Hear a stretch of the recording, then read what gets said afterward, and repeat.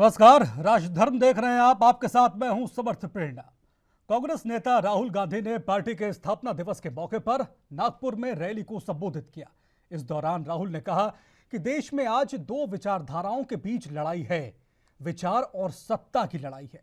एक बीजेपी सांसद का जिक्र करते हुए उन्होंने बताया कि कुछ दिन पहले उनसे लोकसभा में एक बीजेपी सांसद ने मुलाकात की थी और कहा था कि अब बीजेपी में रहा नहीं जाता, यहां हमारी कोई सुनता नहीं है। राहुल गांधी ने आरोप लगाया कि बीजेपी में राजाओं की विचारधारा है, यहां ऊपर से आए आदेश का पालन होता है, लेकिन कांग्रेस में सभी को बोलने की आजादी है।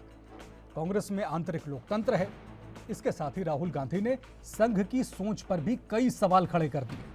उन्होंने कहा कि आजादी से पहले देश में दलितों और महिलाओं को अधिकार नहीं थे, ये संघ की विचारधारा थी जिसे हमने बदला है और मोदी सरकार देश को फिर उसी हाल में ले जाना चाहती है। ऐसे में आज हमारी चर्चा के सवाल हैं कि कांग्रेस की स्थापना दिवस की रैली से क्या निकला संदेश, नागपुर से हुंकार भरने के क्या समझे जाएं संकेत, नागपुर से हुआ शंखनाद 24 के लिए कांग्रेस कितनी तैयार, संघ की विचारधारा पर राहुल गांधी ने क्यों उठाए सवाल, क्या दलितों और महिलाओं के विरुद्ध है संघ।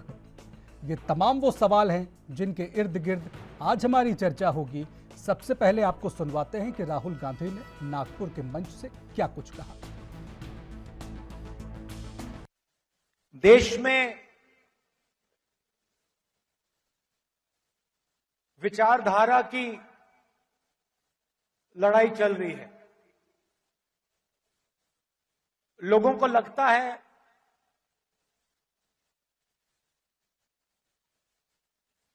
कि राजनीतिक लड़ाई है, सत्ता की लड़ाई है, वो है।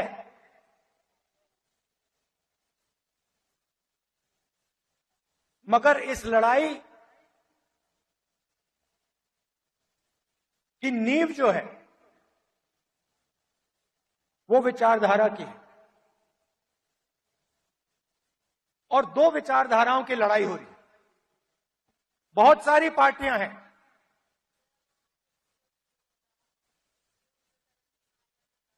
एनडीए में है, इंडिया अलायंस। इंडिपेंडेंस से पहले आप यहां आते, हिंदुस्तान की जनता के कोई अधिकार नहीं थे, महिलाओं के कोई अधिकार नहीं थे, दलितों को छुआ नहीं जाता था। यह आरएसएस की विचारधारा है, यह हमने बदला है और एक बार फिर यह हिंदुस्तान को वापस ले जाना चाह रहे हैं। जो आजादी से पहले था वहां हिंदुस्तान को वापस लौटा रहे हैं। एक तरफ किसानों पर आक्रमण, युवाओं पर आक्रमण और दूसरी तरफ हिंदुस्तान के 2-3 अरबपतियों को देश का पूरा धन दिया जा रहा है। यह सच्चाई है। एक तरफ किसानों पर आक्रमण, युवाओं पर आक्रमण और दूसरी तरफ हिंदुस्तान के 2-3 अरबपतियों को देश का पूरा धन दिया जा रहा है। यह सच्चाई है। भाइयों और बहनों सुनिए, कुछ दिन पहले मेरे पास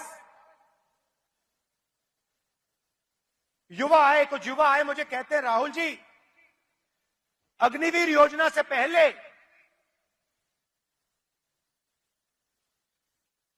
हमें आर्मी में ले लिया गया था।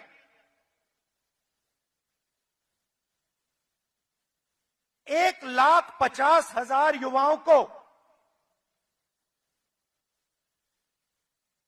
हिंदुस्तान की सेना ने और एयरफोर्स ने एक्सेप्ट कर लिया था। उन्होंने फिजिकल टेस्ट पास कर दिया। और एक्सेप्टेंस उनको मिल गई। 1,50,000 युवा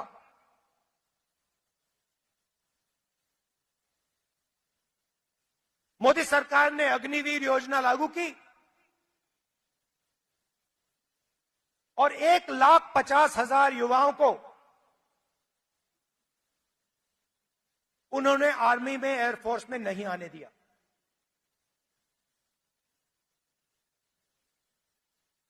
देश प्रेम की भावना थी, रो रहे थे, मेरे सामने रो रहे थे।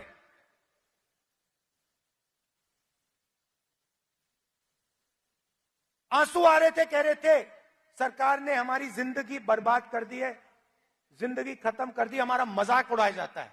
मैं यहां से इतना सबको विनती करूंगा कि पिछले 10 साल में देश में भाजपा और राष्ट्रीय स्वयंसेवक ये देश को तंग कर रहे हैं और ये जो संघ की सरकार है, अगर इसको नहीं रोक सके तो देश बर्बादी की ओर जाएगा और लोकतंत्र खत्म हो जाएगी। देश का संविधान जो बाबा साहब अम्बेडकर और पंडित जवाहरलाल नेहरू जी ने मिलकर बनाया। तो राहुल गांधी कह रहे हैं कि देश में दो विचारधाराओं की लड़ाई है।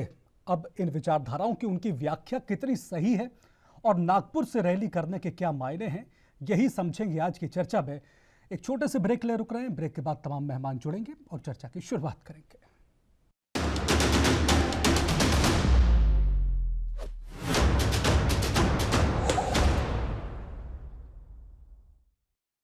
ब्रेक के बाद आपका स्वागत है। चलिए चर्चा की शुरुआत करेंगे। तमाम मेहमान हमारे साथ इस वक्त जुड़ चुके हैं, उनका तारुफ आपसे करवा दूं। प्रदीप भटनागर जी हैं, भारतीय जनता पार्टी के नेता हैं। प्रदीप जी, बहुत बहुत स्वागत आपका। सीके ठाकुर साहब हैं, प्रवक्ता कांग्रेस के। ठाकुर साहब, आपका भी स्वागत है। और आनंद त्रिपाठी जी, वरिष्ठ पत्रकार हैं। आनंद जी, बहुत बहुत स्वागत। सीके ठाकुर साहब, आपसे ही चर्चा की शुरुआत करूंगा। एक बहुत छोटा सा सवाल शुरुआत में, नागपुर ही क्यों चुना गया रैली के लिए, और आज की हैं तैयार हम रैली के लिए?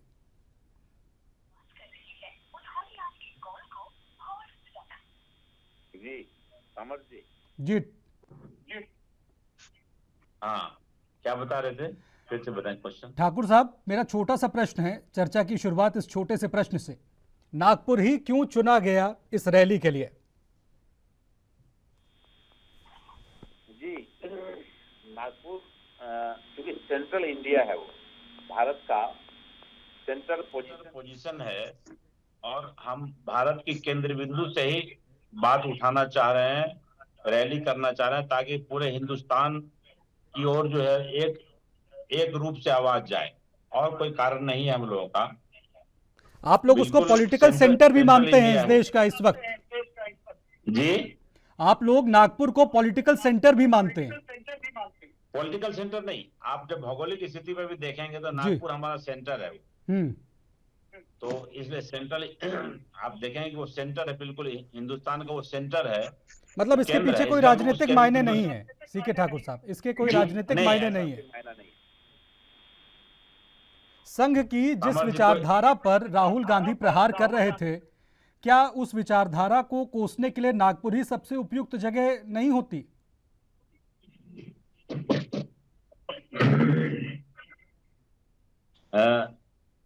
नागपुर जो है, देखिए, विचारधारा ऐसा कुछ भी नहीं है।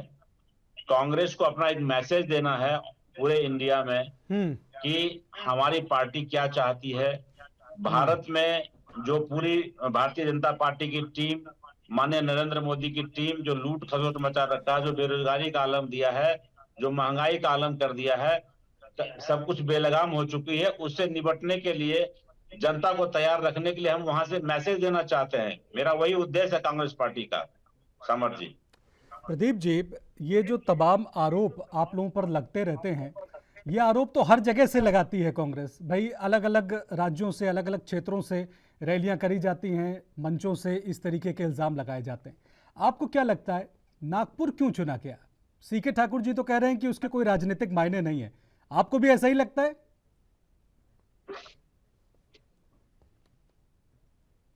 कांग्रेस का अस्तित्व है या हमारा नहीं है, जो तिरंगे झंडे का अपमान करते हो, जहाँ पे अशोक चक्र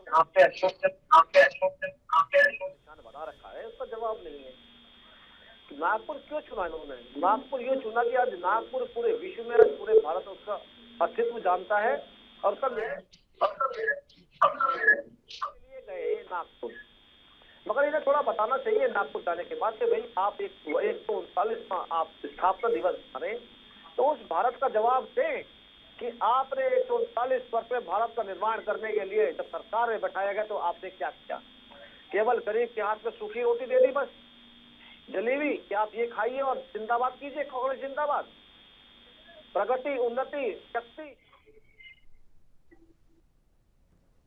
इसमें भी थोड़ा सा अगर इन्होंने ध्यान दिया होता तो आज जो बहुत छोटे से समय के अंदर सिंगापुर आजाद होकर आज जो प्रगति पे है, तो शायद हो सकता है भारतवर्ष की शरीर बन चुका होता। मगर नागपुर दिखाते गए कि देखिए हम भी संघर्ष को हिस्सा है, आप एक पार्टी हैं, आप अगर आप नागपुर की धरती पे अगर आप कार्यक्रम या रैली करने गए तो कुछ शिक्षा भी धारण करके आपको पता लगता है कि एक भारत और श्रेष्ठ भारत का और विकसित भारत का नारा क्या होता है, कुछ सीख के आते। नहीं, आप तो कह रहे हैं कि नागपुर से एक भारत श्रेष्ठ भारत का मैसेज सीख करके आना चाहिए था कांग्रेस को, लेकिन वो तो कह रहे हैं कि नागपुर से जो संदेश जाता है वो देश को तोड़ने का काम करता है। आनंद त्रिपाठी जी, भाई सीके ठाकुर साहब उसका कोई पॉलिटिकल मैसेज नहीं समझ रहे हैं नागपुर से रैली करने का, लेकिन राहुल गांधी जो बार बार बता रहे हैं कि भाई देश में दो विचारधाराओं की लड़ाई इस वक्त चल रही है, तो जिस विचारधारा से वो लड़ रहे हैं उसका केंद्र बिंदु तो नागपुर ही है। इसीलिए नागपुर को चुना गया है। राहुल गांधी का प्रिय विषय है, हालांकि वो ज्यादा जानते नहीं है उस बारे में, लेकिन उनके लिए यह प्रिय है कि वो आरएसएस की विचारधारा पर आक्रमण करने वो अपना प्रिय विषय बनाए हुए हैं पिछले 5-7 सालों से, लेकिन वो समझते कुछ नहीं है इस बारे में। तो इसीलिए वो बहुत सारी ऐसी बातें बोलते हैं जो स्वयं कांग्रेस या राहुल गांधी के परिवार पर अप्लाई होती है। उन्होंने कहा कि राजाओं वाली विचारधारा है, जहां वो किसी की नहीं सुनते, अपनी बात कहते हैं। ये बात पिछले 40 से 50 वर्षों में, 60 वर्षों में इस देश के हर 10 साल से ऊपर उम्र का बच्चा ये जानता है कि इस देश में राज परिवार के तौर पर कौन सामने आया। गांधी परिवार, नेहरू और गांधी परिवार को राज परिवार का दर्जा मिला इस देश में। वो अपनी जो वो स्वयं जिस विचारधारा को जी रहे हैं उसके लिए वो कहते हैं कि वो आरएसएस या भाजपा के लोग जीते हैं। हालांकि उन्होंने सीधे भाजपा का जिक्र नहीं इस तरह से किया, लेकिन उनका अटैक इसी तरह आरएसएस और भाजपा पर था। वो समझ ही नहीं पा रहे हैं कि वो जो जिस विचारधारा की लड़ाई वो स्टैब्लिश करना चाहते हैं, वो चाहते हैं, राहुल चाहते हैं, इसीलिए नागपुर को चुना गया कि संघ की विचारधारा क्या है और कांग्रेस की विचारधारा क्या है। संघ की विचारधारा से लड़ने में सिर्फ कांग्रेस सक्षम है, ये देश को बताना चाहते हैं राहुल गांधी, इसलिए नागपुर का चुनाव हुआ। लेकिन समस्या ये है कि ये सोच तो ठीक हो सकती है उनकी पार्टी के लिए, वो संघ की विचारधारा के अगेंस्ट कांग्रेस की विचारधारा खड़ी करके दो ध्रुवी लड़ाई की बात करना चाहती है कांग्रेस। ये बात सही है कि देश में सिर्फ कांग्रेस और बीजेपी के बीच लड़ाई होती हुई दिखे, ये उनकी सोच सही है। लेकिन जब उसका इम्प्लीमेंटेशन करने उतरते हैं राहुल गांधी, उसकी योजना लेकर के आते हैं, उसके सिद्धांतकार के तौर पर सामने आते हैं, तो वहीं राहुल गांधी फेल हो जाते हैं। यही तो आनंद जी सबसे बड़ा सवाल है कि आप किसी विचारधारा का विरोध कर सकते हैं, लेकिन कम से कम उसकी व्याख्या तो उचित करिए ना। सीके ठाकुर साहब, अगर राहुल गांधी ये कहें कि भाई आज़ादी से पहले दलितों को उनके साथ छुआछूत होती थी, महिलाओं को अधिकार नहीं मिलते थे, इसकी वजह मतलब इसके लिए संघ जिम्मेदार है, तो फिर उनको समझाना भी चाहिए ना कि इसके लिए संघ क्यों जिम्मेदार है। देखिए, आरएसएस का जो एजेंडा है आज देश में, आज भारतीय जनता पार्टी बनी, आरएसएस के ही सारे विंग है, भारतीय जनता पार्टी हो, अखिल भारतीय विद्यार्थी परिषद हो, या जितने भी उनका मोर्चा है, आरएसएस से ही सब कुछ कंट्रोल होता है। सीके ठाकुर साहब, तो मेरा सीधा और स्पष्ट सा आपसे सवाल था कि महिलाओं के साथ अत्याचार के लिए, दलितों के साथ उनको जो उत्थान दलितों का नहीं हुआ, उनके साथ जो भेदभाव हुआ, उसके लिए आरएसएस क्यों जिम्मेदार है? ये क्यों लगता है राहुल गांधी को?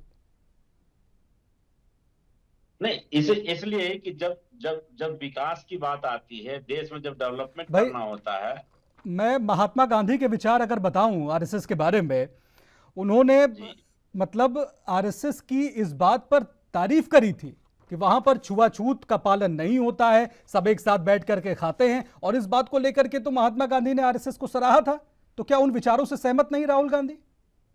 नहीं, जब जब हेडगेवार जी का जो विचारधारा था, उस विचारधारा के बाद आरएसएस में जो कालांतर में इतना परिवर्तन हो गया, नए नए लोग जो आए, वहां पर सब जातिवाद और बहुत कुछ वाद को लेकर के वहां जो है आरएसएस आज उस पर काम कर रही है, और हिंदू और मुसलमान को बांटने का काम कर रहा है आरएसएस। तो ये सब जो उनकी ये है पॉलिसी है, इससे जो भारत की जनता जो है उसको काफी तकलीफ है। और जो आज देखिए, जितने भी आप देखेंगे कि पिछड़े, अति पिछड़े, दलित, जितने भी हमारे परिवार के लोग हैं, उनको ये बांटने की कोशिश कर रहा है आज। पहले ठीक थे, हेडगेवार जी का सिद्धांत अलग था, लेकिन बाद में कालांतर में जितने लोग आए, भाई वो तो आप पर आरोप लगा रहे हैं कि आप बांटने की कोशिश कर रहे हैं। 80% जो हिंदू हैं उनको बांटने की कोशिश जाति जनगणना के आधार पर आप लोग करने का प्रयास कर रहे हैं। वो तो कह रहे हैं हमने इतना बड़ा लाभार्थी वर्ग खड़ा किया है, हमारे लिए कोई जाति नहीं, हमारे लिए सिर्फ गरीबी सबसे बड़ी जाति है। कांग्रेस जाति जनगणना करा करके ये सीधा मैसेज देना चाह रहा है कि कौन आदमी कहां पिछड़ा रह गया। आरएसएस का है कि बिल्कुल आरक्षण को हटा दो। तो आरक्षण को हटाने के नाम हम लोग बिल्कुल नहीं है, आरक्षण हटे नहीं। तो ऐसा कब कहा आरएसएस की तरफ से, ऐसा कब कहा गया कि आरक्षण हटा दो? ठाकुर साहब, सिर्फ कोरे आरोपों से बात नहीं बनती है, आपको अपने आरोपों को सब्सटैंशिएट भी करना पड़ेगा, उनको सिद्ध भी करना पड़ता है। प्रदीप जी, भाई वो तो कह रहे हैं कि आरएसएस की विचारधारा शायद पहले भले रही हो, जिसमें वो सभी जातियों के बीच में संभाव देखते हो, लेकिन आज की जो विचारधारा है वो बंटवारे वाली विचारधारा है, वो बांटती है लोगों को। मैं आज थोड़ा सा बता दूं ठाकुर साहब को। ठाकुर साहब, जितने आप पे नेता नहीं होंगे मुस्लिम, जितने संघ के अंदर स्वयं सेवक है मुस्लिम। मैं आपके और सोच और इस चैनल के माध्यम से सबको बता दूं कि जितने आप पे नेता नहीं मुस्लिम होंगे, उतने संघ में स्वयं सेवक है मुस्लिम। और वहां पे संघ में कभी भी जात या धर्म या नहीं चलता है, सब स्वयं सेवक कहलाते हैं। वहां जात नहीं चलती है, पहली चीज ये समझनी पड़ेगी। आपने कहा बांटने, धर्म बांटने वाली बात, तो मुझे 2-4 उदाहरण दीजिए कि आरएसएस संघ के स्वयं सेवकों ने किसी का धर्म परिवर्तन कराया हो किसी राज्य के अंदर। तो थोड़ा आप मुझे बताइए, किसी मंदिर को तोड़ा हो संघ के स्वयं सेवकों ने? आप पे आई हो कि आपने ही कहा हिंदू आतंकवाद, सनातनी आतंकवाद, सनातन जो है देश का दुश्मन है, ये देश का रोग है, ये पीड़ित है, ये हैजा है, क्या क्या बोला था। ये चीजें आपको तो 2-4 उदाहरण दीजिए, हम भी सुने संघ की आपकी सोच जो है और आगे तक कितनी है। तो इसलिए आप पढ़े नहीं, प्रत्यक्ष देखें और प्रत्यक्ष बोलें। प्रत्यक्ष बोलने और देखने में बड़ा फर्क होता है ठाकुर साहब। और आप तो वैसे भी ठाकुर हैं, और आपने तो मुगलों से भी और अंग्रेजों से भी लड़ाई लड़ी है कि अगर आज इस ठाकुरों ने अगर बलिदान नहीं दिया होता, मुगलों के हो, तो आज मुगल देश में होते और हम मुगलों के ही तो अधीन रहते। तो थोड़ा सा आपके जो पीछे सरनेम लगता है वो अपने आप में एक बहुत बड़ा वो है, तो कम से कम उसका मान सम्मान रखिए, मेरा निवेदन है। आनंद त्रिपाठी जी, तो थोड़ा सा एक तरफ गांधी जी के विचार संघ को लेकर के, जिसमें उन्होंने जातीय उन्मूलन को लेकर के जो प्रयास संघ की तरफ से किए गए उसकी प्रशंसा करी। हमने देखा इंदिरा गांधी जी ने भी गोलवलकर जी के सम्मान में तमाम बातें कही। कहा जाता है कि राजीव गांधी के भी संघ के कुछ नेताओं से कुछ संबंध थे, वो मिलते जुलते थे। एक तरफ तो गांधी परिवार का इतिहास इस तरीके से हम देखते हैं संघ के साथ, दूसरी तरफ राहुल गांधी अगर ऐसे विचार अपने प्रस्तुत करते हैं जिसमें वो कहें कि जाति व्यवस्था के लिए संघ जिम्मेदार है, महिलाओं के उत्पीड़न के लिए संघ जिम्मेदार है, तो एक डिस्कनेक्ट नहीं जनता को लगता है? ये समस्या राहुल की है ना, समस्या यही तो आ रही है। राहुल कुछ पढ़ते लिखते नहीं है, उन्हें नहीं पता होता। उनके जो आज के साथी लोग हैं जो उनको मार्गदर्शन देते हैं, जो उनको बातें बताते हैं, वो ये बताते हैं, मुझे ऐसा लगता है कि राहुल से पहले कांग्रेस थी ही नहीं, कांग्रेस शुरू ही राहुल से होती है। इस तरीके से बात करते हैं राहुल। यही नहीं, कांग्रेस की बहुत सारी ऐसी नीतियां जिसको मानने से इनकार कर देते हैं। जैसे आपने अभी कहा कि संघ से जुड़े हुए नेहरू के विचार, गांधी के विचार, इंदिरा के विचार को राहुल मानने सुनने को तैयार नहीं है, समझने को तैयार नहीं है। और अनर्गल आरोप, अगर एक बार राहुल ये कहते हैं कि संघ हिंदुत्व को बढ़ावा दे रहा है, जिसका परिणाम ये हो रहा है कि बाकी जो धर्मावलंबी है देश में, उनके बीच एक गलत मैसेज जा रहा है, हम उनकी लड़ाई लड़ने के लिए संघ के सामने खड़े होंगे, यहां तक बात समझ में आती है। लेकिन राहुल जो बात कह रहे हैं कि दलितों में, पिछड़ों में, महिलाओं में, आपका सवाल वाजिब है, उसका जवाब नहीं है। संघ की स्थापना 1925 में हुई है, तो क्या उसके पहले ये समस्याएं नहीं थी? संघ की स्थापना के बाद ये समस्याएं देश में उठी? ऐसी तो स्थिति है नहीं, ये देश का बच्चा बच्चा जानता है। और कोई किसी भी दलित चिंतक से पूछ लीजिए, वो ले आएगा 500 सालों का इतिहास कि दलितों पर, महिलाओं पर अत्याचार 500 वर्षों से हो रहा है। 500 वर्ष पहले देश में शासन में कौन लोग थे, ये सबको पता है। कहां तक शासन चला, कौन उन पे अत्याचार किया, कौन इस तरह की चीज ले। लेकिन राहुल को इन सब चीजों से मतलब ही नहीं है। उनके मन में जो आता है वो बातें कर देते हैं। कई बार वो उन्होंने जब मनमोहन सिंह की सरकार थी, कई बार ऐसी बातें करी जो जवाहरलाल नेहरू की नीतियों से उलट थी। ये तो वो इस बात को समझने और मानने को तैयार नहीं है। राहुल के लिए कांग्रेस जो वो सोचते समझते हैं वहीं से शुरू होती है, और इसीलिए राहुल जो बात कहते हैं उसको लोग उतनी तवज्जो गंभीरता से नहीं ध्यान लेते देकर हैं। ये एक समस्या राहुल गांधी के साथ लोगों को लगती है कि वो बातें तो करते हैं लेकिन जनता के साथ उस तरह से वो शायद इसी वजह से कनेक्ट नहीं कर पाते हैं। सीके ठाकुर साहब, आंतरिक लोकतंत्र को लेकर के राहुल ने आज कई गंभीर सवाल खड़े किए। उन्होंने कहा कि दरअसल भारतीय जनता पार्टी में ऊपर से नीचे आदेश दे दिया जाता है, उसका पालन किया जाता है, हमारे यहाँ नीचे से ऊपर तक सुना जाता है। क्या वाकई में ऐसा है? आंतरिक लोकतंत्र को लेकर के तो बड़े गंभीर सवाल कांग्रेस पर खड़े होते रहे। भाई, कहा जाता है कि अध्यक्ष या तो गांधी परिवार से बनेगा या जो कृपा पात्र होगा वही बनेगा, वो चुन लिया जाता है गांधी परिवार के द्वारा। 10 साल तक मनमोहन सिंह की सरकार चली, उस पर सुपर पीएम बन करके सोनिया गांधी उसको चलाती रही। क्या ये सब आंतरिक लोकतंत्र के उदाहरण हैं? देखिए, कांग्रेस में आंतरिक लोकतंत्र बिल्कुल बहाल है, सब कुछ है। आज देखेंगे कि भारतीय जनता पार्टी में जो सरकार चल रही है, भारतीय जनता पार्टी की सिर्फ 2 आदमी हैं, अमित शाह और नरेंद्र मोदी। आज आम जनता को पता नहीं कि रक्षा मंत्री कौन है। यही बात तो कांग्रेस के लिए कहा जाता है कि वो सिर्फ एक परिवार की पार्टी है। बिल्कुल नहीं, बिल्कुल नहीं। परिवार की पार्टी कैसे है? 543 लोकसभा सीट है, वहां हर कोई लड़ते हैं चुनाव। भारतवर्ष के कोने कोने से हम लोग चुनाव लड़वाते हैं, ऐसा नहीं है। लेकिन ये तो आरोप, देखिए माननीय मोदी जी आरोप लगाते रहते हैं। लोकतंत्र तो भारतीय जनता पार्टी में है ही नहीं।